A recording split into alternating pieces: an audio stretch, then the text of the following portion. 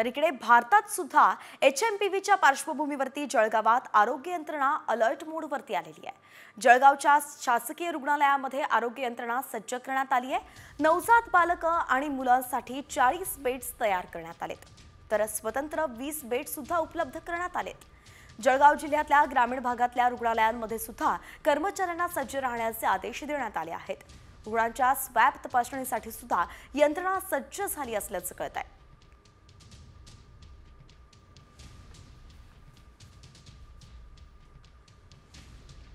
Routine सर्दीसारखे हे जे symptoms असतात, जे अप्पर रेस्पिरेटरी ट्रॅक इन्फेक्शन आपण जो म्हणतो, वरच्या नाकाची घशाची सर्दी, ही फक्त हे रूटीन सिम्पटम असतात।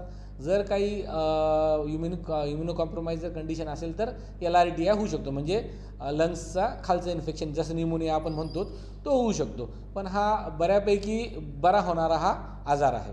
काळजी म्हणजे सर्दी वगैरे झाली तर जर सिम्पटम्स वाटले तर डॉक्टरांना दाखवावं, आणि ज्याला सर्दी वाटते त्यांना थोडंसं आयसोलेशन करावं, एवढीच काळजी जरी घेतली तरी सफिशियंट आहे।